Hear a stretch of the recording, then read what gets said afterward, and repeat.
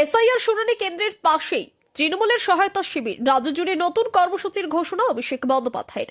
ভোটারদের হেনস্থার অভিযোগ তুলে এসআইআর শুনানির সময় সাধারণ মানুষের পাশে দাঁড়াতে শিবির বসানোর নির্দেশ। এই উপলক্ষে নদিয়ার ৭৩ নং ব্লক অফিসের পাশে তৃণমূল কংগ্রেসের উদ্যোগে এসআইআর সহায়তা শিবির। এসআইআর শুনানির প্রথম দিন থেকেই ৭৩ নং ব্লক তৃণমূল কংগ্রেসের পক্ষ থেকে সমস্ত দলীয় পদাধিকারী পর্যায়ক্রমে শিবিরে উপস্থিত থেকে সাধারণ মানুষকে সহায়তার হাত বাড়িয়ে দিচ্ছেন।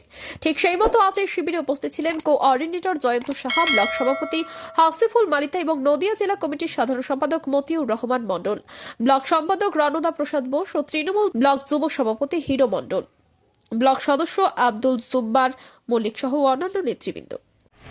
এই ভারতীয় জনতা পার্টি যখন পশ্চিমবঙ্গে কোটি কোটি টাকা তাদের ছোট বড় মেজো সেজো সমস্ত নেতা ইডি, সিবিআই, নির্বাচন কমিশন, সেন্ট্রাল বাহিনী সব নিয়ে পারছে না, গণতান্ত্রিক পদ্ধতিতে তারা মমতা বন্দ্যোপাধ্যায় বারে বারে তাদেরকে পরাজিত করছেন।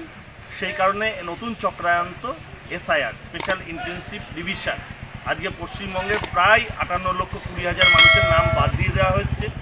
1,36,00,000 প্রথমে, এখন 98 লক্ষর কাছাকাছি মানুষকে এই লজিক্যাল ডিসক্রিপেন্সির নামে হয়রানি করা হচ্ছে। মমতা বন্দ্যোপাধ্যায় আমাদের নেত্রী, বাংলার মুখ্যমন্ত্রী এবং আমাদের নেতা অভিষেক বন্দ্যোপাধ্যায় তারা বলেছেন যে বাংলার একজন বৈধ ভোটারও যদি বাদ যায় তাহলে তৃণমূল কংগ্রেস শেষ লড়াই পর্যন্ত দেবে। কাজে আমরা তাদের নির্দেশে আমরা সমস্ত কর্মী নেতৃত্ব আমরা এসআইআর ক্যাম্পে বসে আছি। যদি এখনও আমাদের খবরের দর্পণ চ্যানেলটি সাবস্ক্রাইব না করে থাকেন তাহলে এখনই সাবস্ক্রাইব করুন, সঙ্গে বেল বাটনটি ক্লিক করুন আর পেয়ে যান সব খবরের দ্রুত ভিডিও আপডেট।